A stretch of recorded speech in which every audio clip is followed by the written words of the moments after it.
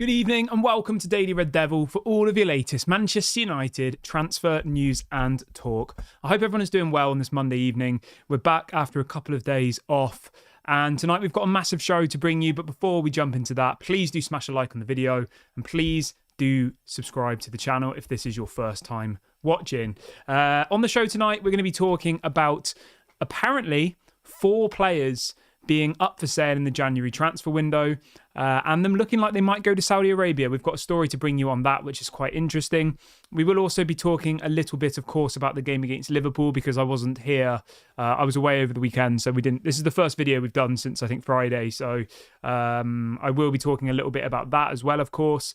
We'll be talking a little bit about the January window, what players, what positions we're going to be looking at because we've had some news around that. A couple of other stories to get into as well. As always, do get involved in the comment section. Let me know your thoughts on everything we discuss on this evening's show.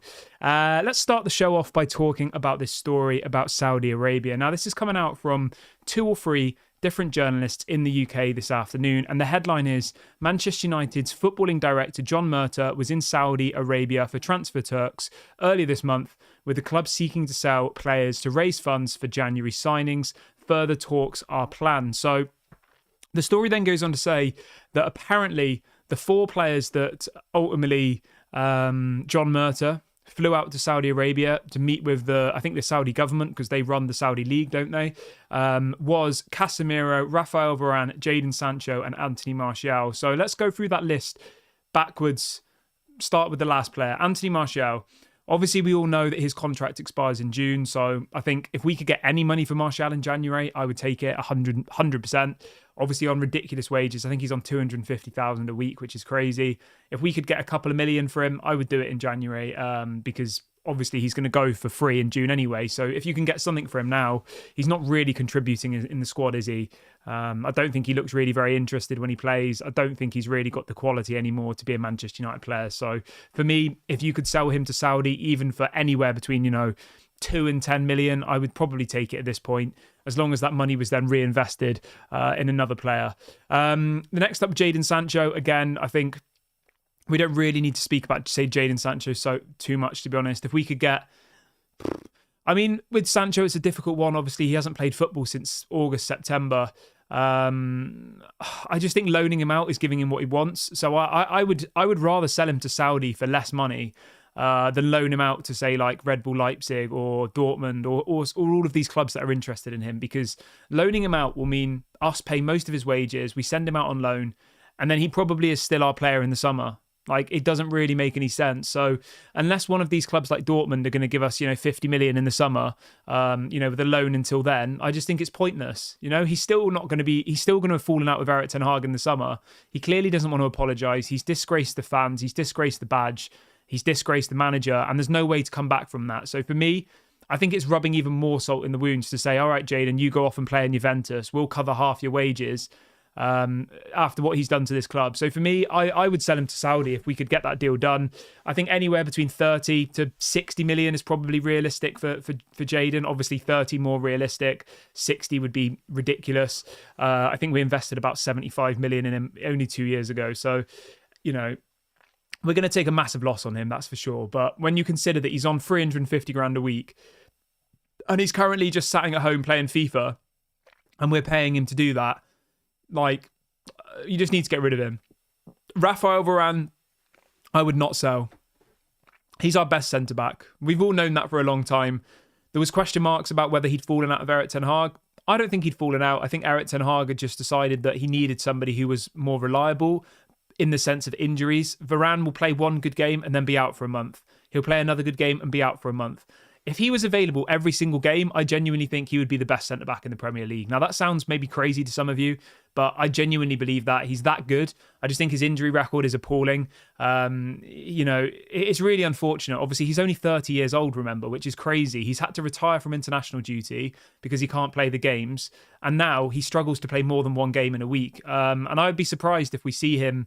Actually, no, we should see him against West Ham on Saturday, shouldn't we? Because that will be about a week between games. But when we were playing in the Champions League in the midweek and then in the Premier League on the weekend, he just simply couldn't do it. He couldn't do Tuesday to Saturday or Wednesday to Saturday. Like, he just can't do it. He gets injured. So hopefully us dropping out of Europe is actually a benefit for Varan, and it means that he can stay fit, because he is 100% our best centre-back. 100%. He's levels above Maguire.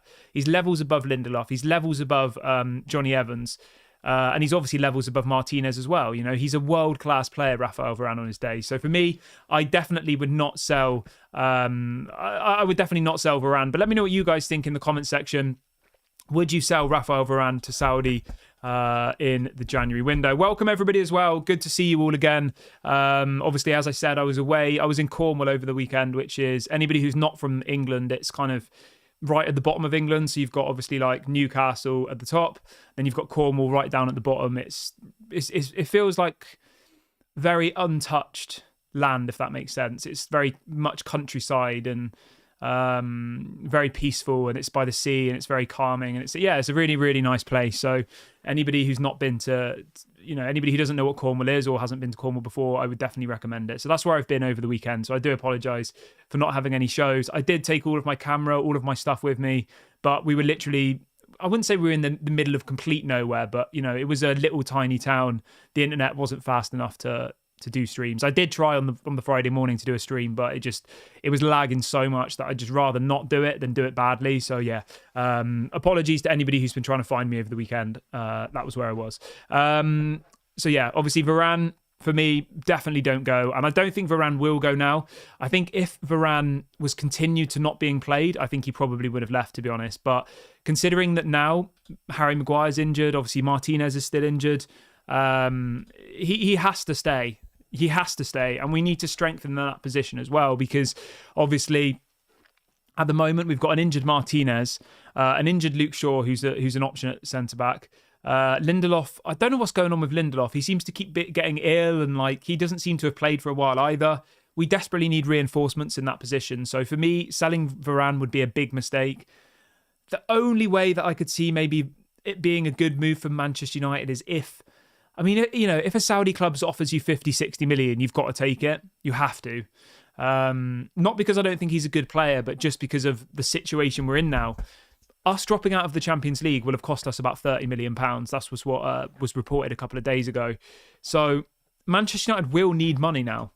I know everyone in the summer was all like, oh, it's all rubbish. We don't need to buy to sell and all the rest of it. We will definitely need to, sell to buy.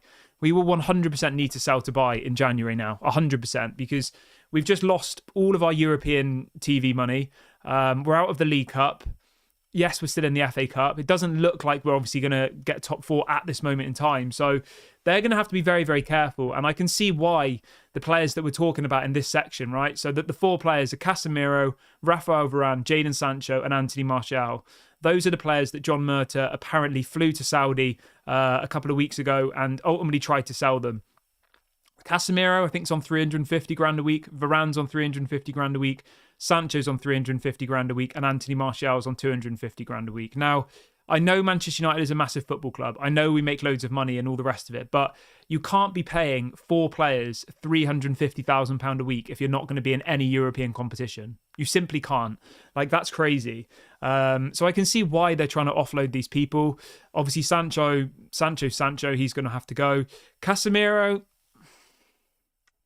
I don't know. It's difficult because he definitely is one of our best players. There's no doubt about that.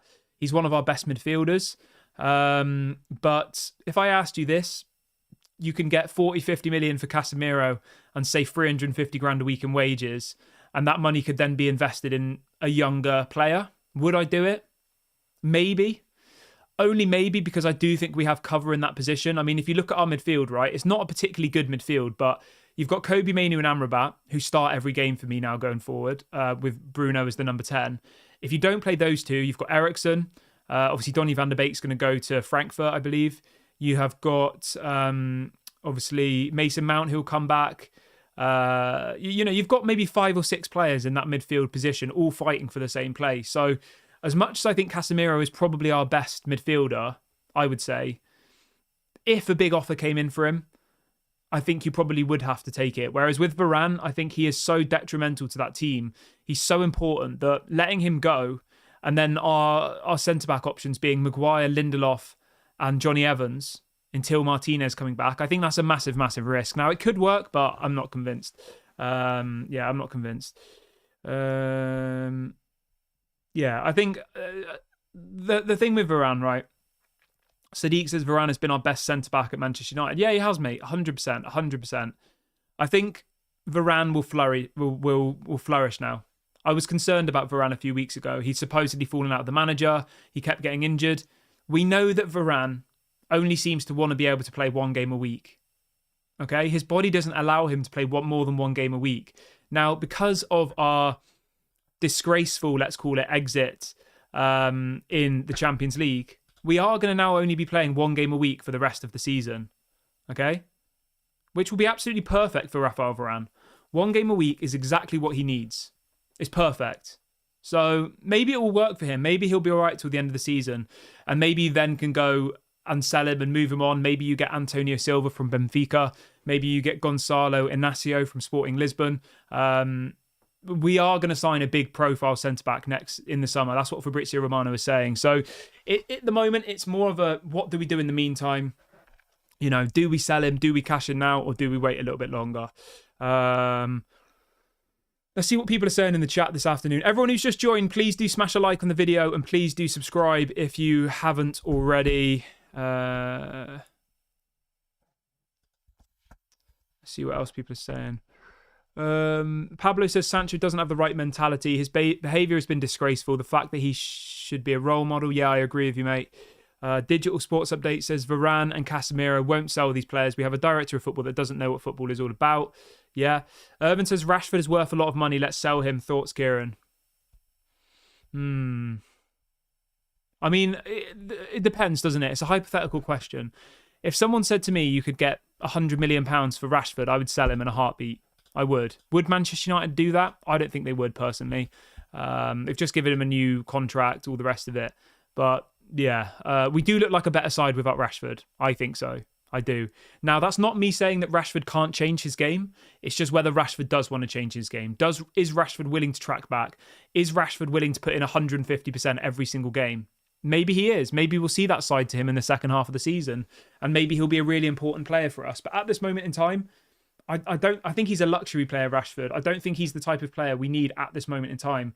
I think he could go to another side like a PSG playing in an easier league and he'd probably look really good. He really, really would, because he'd be playing against lesser opponents. But when you've got teams like Bournemouth coming to Old Trafford and the Bournemouth players want it more than Marcus Rashford, the writing's on the wall for me after that. That's the black and white of it for me, okay? If you're playing at your own ground, in front of your own fans, right? In all the other games as well where we've lost, and players aren't tracking back, you know, like in Newcastle, Rashford wasn't tracking back then. And it's not just him, you know, there's Anthony Martial's been bad.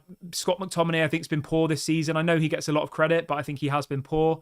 Who else has been poor? I mean, let's be honest, most of them are pretty average, but Rashford, Scott McTominay, you know, they've been here for a long time. They've been here their whole careers. They should know what it means to be a Manchester United player. Pablo says Sancho is not a role model to children. He doesn't deserve to wear the badge. I would agree with you, mate. I would. Daniel says if Rashford picks up from tomorrow, he'll be a hero again and we'll love him. It's just bad form. I agree with you, mate. I think people can change their form. It happens really, really quickly. I think the thing for me is no matter whether you're in form or not, I think you have to show that you care. You have to show that you don't think you're better than everyone else. You have to show that playing for Manchester United is the greatest honour of your life. Now, I can understand if it's maybe someone like Casemiro, who obviously doesn't support Manchester United, has played at Real Madrid all of his career, winning Champions Leagues. Like, I can understand when a player like that maybe comes for the money. But this guy is born and bred. You know, he's a born and bred from Manchester, Marcus Rashford. He's come through the youth academy. He shouldn't have to be told that he needs to play for the badge and that he needs to work hard. Like, he simply shouldn't. And if he doesn't understand that, then maybe he shouldn't be here. I would agree with that. Let's talk a little bit about the director of football, though, because this is really, really interesting.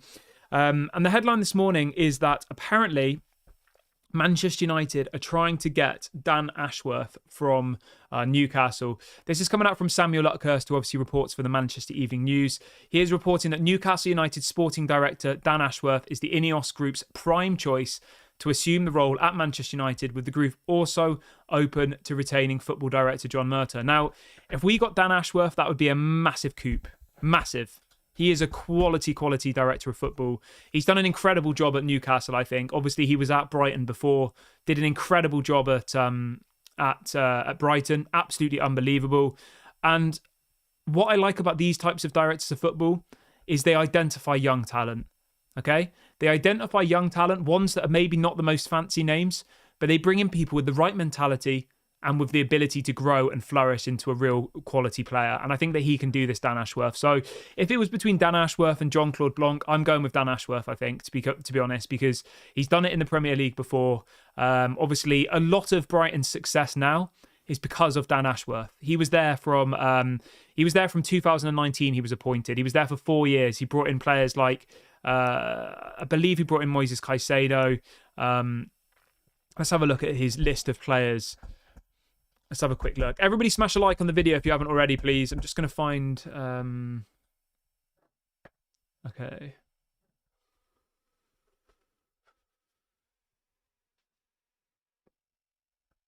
Yeah, I mean, he's found loads of really interesting players, which I like, and he's also sold a lot of players. He's sold a lot of players for lots of profit. So he brought in people like Cucurella, Caicedo, Lamptey. Like, I know some of you will be sat there thinking, "Oh, I don't know about these types of people," but like, whether you think that these players are world class or not, to bring in Cucurella for £16 million and then sell him to Chelsea for what, 60 million? That's incredible.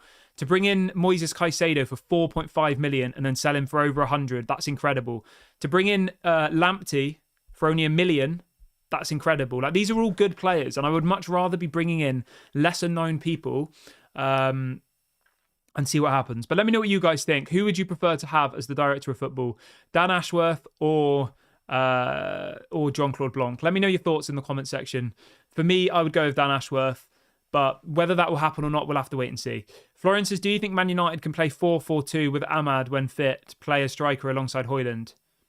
Maybe, but I think in January we're going to get a striker. That's what's being said today. Yeah, I think if we could get a striker in January, maybe we try a 4-4-2. But I don't know. As far as I'm aware, Erik ten Hag doesn't usually play 4-4-2. But we'll have to wait and see. It all depends on, who we get. If we get a good striker in January, maybe we get Guirassy, who I think would be all right. I think for 15 million, you can't really go wrong. Obviously, we're linked to Timo Werner, which is a bit of a... I don't know. I would take Timo Werner, but that just shows the level we've fallen to.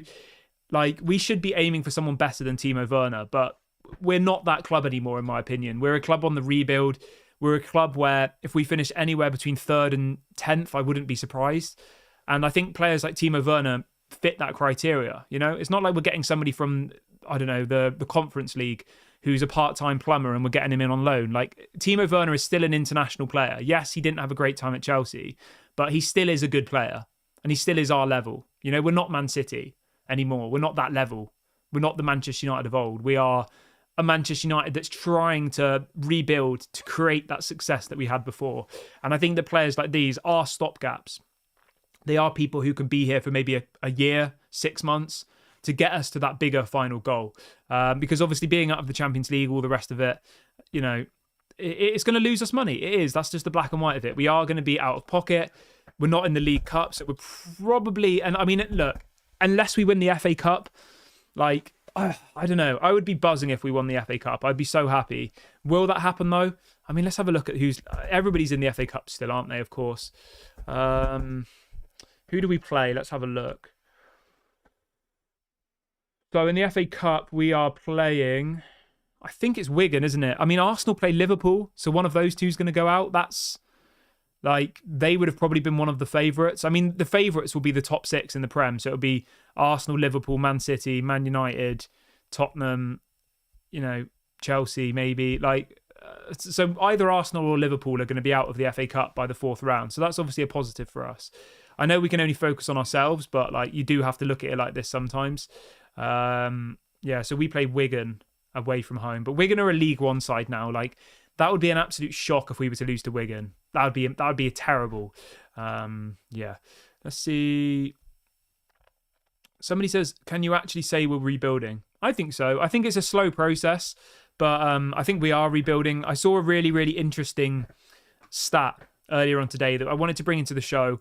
I know some of you in the chat don't want Erik ten Hag out here anymore. Some of you are Erik ten Hag out, which is fine. That's your decision.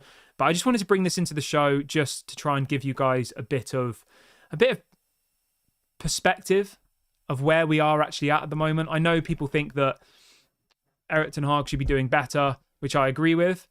But I do think he's the right man for the job. And I'm just going to get this stat up for you now. I'm just trying to open my WhatsApp where I saw it.